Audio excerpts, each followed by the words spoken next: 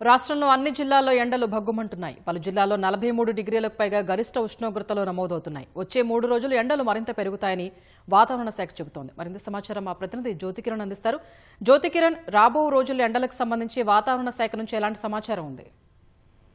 స్వప్న, రాష్ట్ర వ్యాప్తంగా ఎండలు మండిపోతా ఉన్నాయి. గరిష్ట ఉష్ణోగ్రతలు అధికంగా నమోదవుతున్న పరిస్థితి ఉంది. 40 డిగ్రీల పైగా ఇప్పటికే గరిష్ట ఉష్ణోగ్రతలు నమోదవుతున్న పరిస్థితి ఉంది. ఉమ్మడి ఆదిలాబాద్ జిల్లాలో 43.3 డిగ్రీల గరిష్ట ఉష్ణోగ్రత నిన్న ఒక్కరోజే నమోదైన పరిస్థితి. అయితే రానున్న 3 రోజులు కూడా గరిష్ట ఉష్ణోగ్రత క్రమేపీ 1 నుంచి 2 డిగ్రీల మేర పెరిగే అవకాశం ఉందైతే వాతావరణ శాఖ ప్రకటించింది.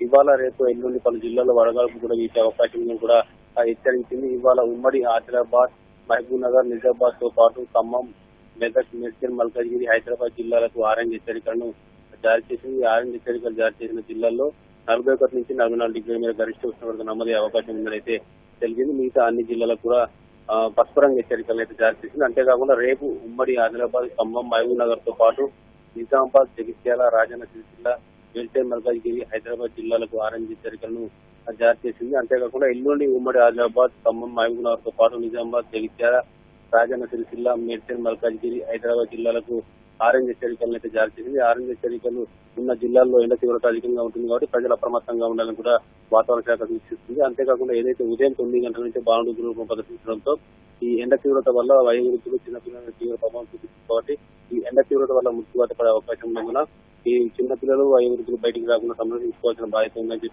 చెప్తున్నారు. అంతేకాకుండా పెద్దలు కూడా బయటికి వెళ్లాల్సిన సమయంలో తగు జాగ్రత్తలు తీసుకోవాలని చెప్పి వాతావరణ శాఖ హెచ్చరిస్తా ఉంది.